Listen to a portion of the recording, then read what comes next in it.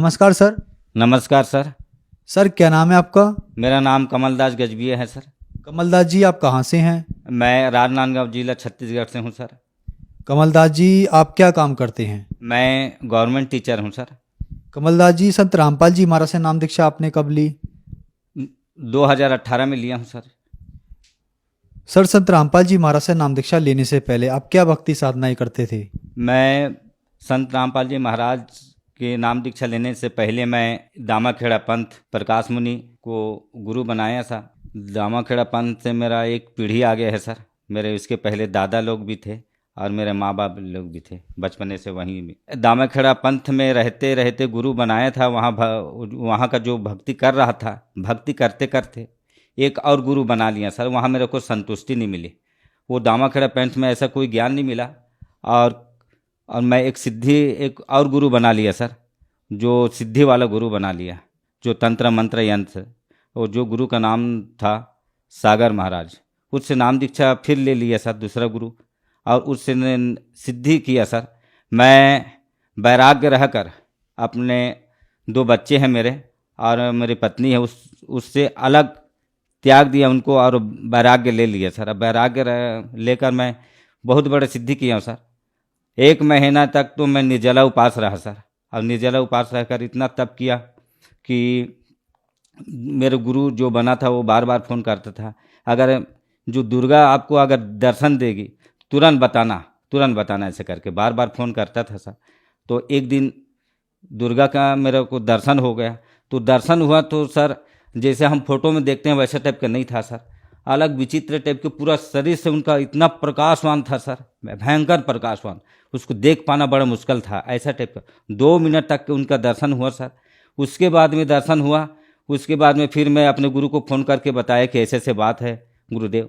तो वो बोले कि बहुत अच्छा हुआ, आपको सिद्धि प्राप्त हो गई, ऐसे बोले। और वो बोले कि सब देवी देवता में नारियल चढ़ा देना। गांव स्तर में देवी देवता मनाते हैं सर, गांव स्तर पे, वहाँ सब नारियल चढ़ा दिया। उसके बाद में नारियल चढ़ाने के बाद फिर एक ठाकुर देवता होता है गांव स्तर में, वो ठाकुर देवता के नारियल ऊपर चढ़ा गया सर। ऊपर चढ़ा, फिर गांव में बहुत बड़ा भूचाल हो गया सर। गांव वाले वो मीटिंग करने लगे, क्या हो गया, ऊपर नारियल कैसे चढ़ गया। और जो गांव के एक पुजारी है, पंडा है सर, वहाँ गया। उसके बाद में वो नारियल नीचे गिर गया और पंडा वहाँ से पुजारी भाग गए कि इतना बड़े शक्तिशाली कौन है भाई, हम आपके गांव को नहीं संभाल सकते, नहीं बना सकते करके भाग गए सर। उसके बाद में फिर वहाँ मीटिंग में मेरे को बुलाया और मेरे को सब बोले कि क्यों यहाँ नारियल चढ़ाए हो, क्या सीखे हो, ऐसा करके।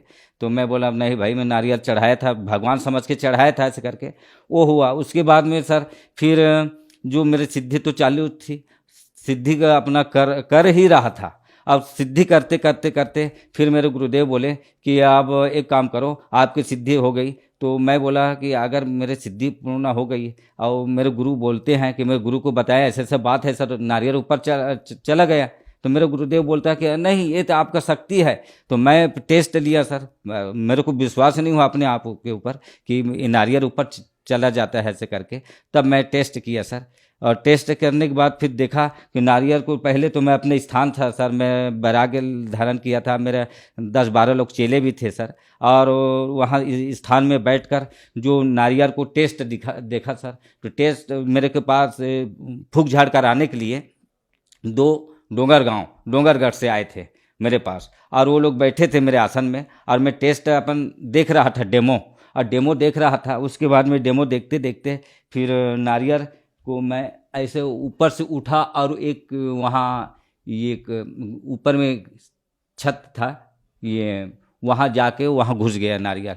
उसके बाद में फिर उसको फिर मैं नीचे उतारा, फिर नीचे आ गया। उसके बाद में फिर मैं बोला जब ऊपर चढ़ सकता है, नीचे उतर सकता है मेरे शक्ति से, तो चल भी सकता होगा। मैं अपने से कोशिश किया फिर कि यहाँ मैं अपना जो विधि विधान किया, उधर विधि विधान किया चौकपुर के वहाँ। उसके बाद में नारियल को फिर वहाँ से चला दिया, फिर वापस बुलाया, आ गया सर।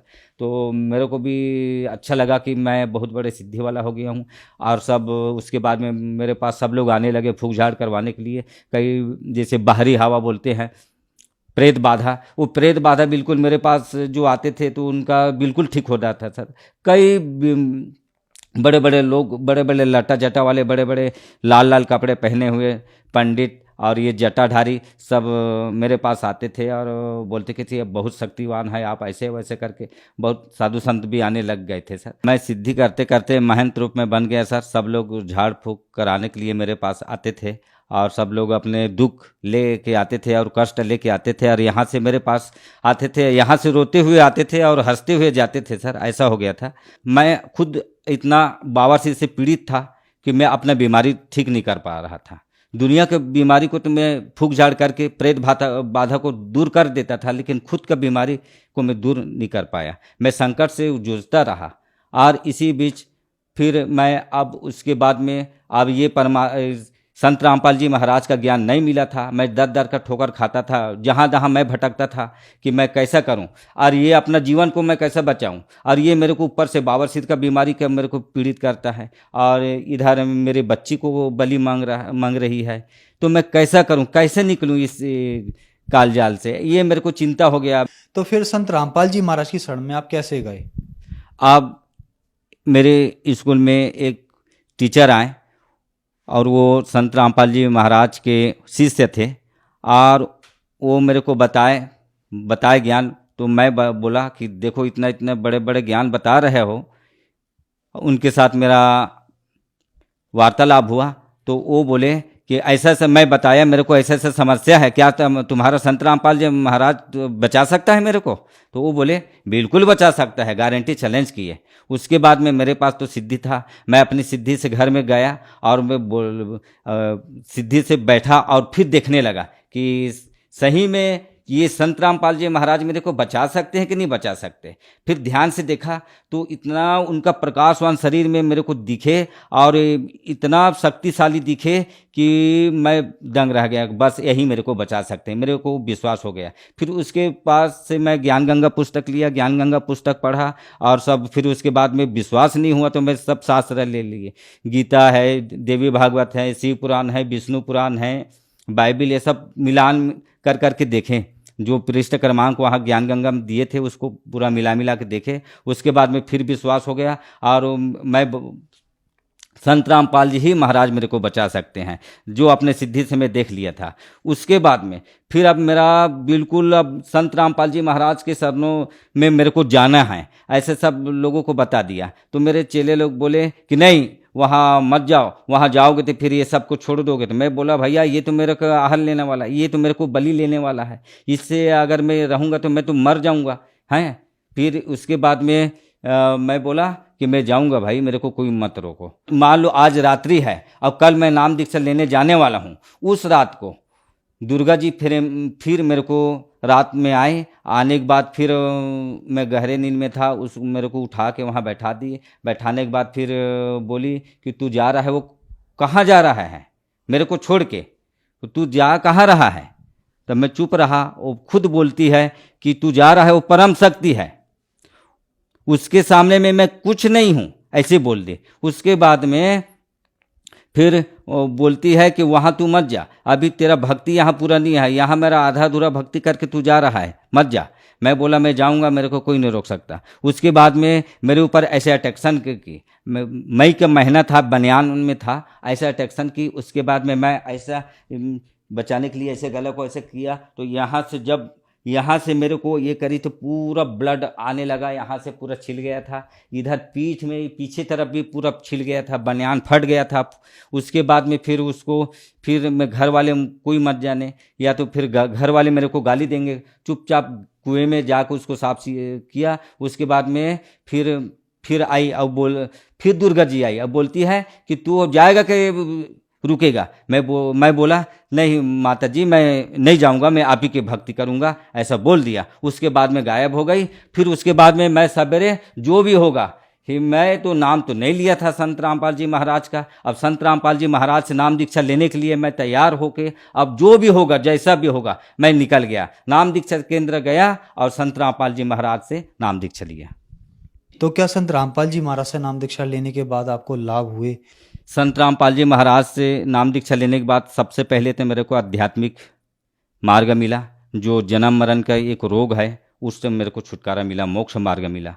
दूसरा मेरे को जो मैं अपना जीवन ये को बचा सका, या तो अब मेरे बच्ची को जो बलि लेने वाली थी दुर्गा जी, उससे मैं बचा लिया, और ये दास को भी दुर्गा बलि लेने वाली थी, उससे भी मैं बच गया। और जब मैं संत रामपाल जी महाराज से नाम दीक्षा लिया, उसके बाद में वो पुनः वो शक्ति मेरे पास वापस नहीं आई और मेरे को कोई परेशानी की, और मेरे को कोई उसका चिंतन नहीं हुआ। और मेरे को एक बार मेरे को बावासीर हो गया था। बावासीर हो गया था जब मैं तांत्रिक था, तभी मेरे को बावासीर हो गया था।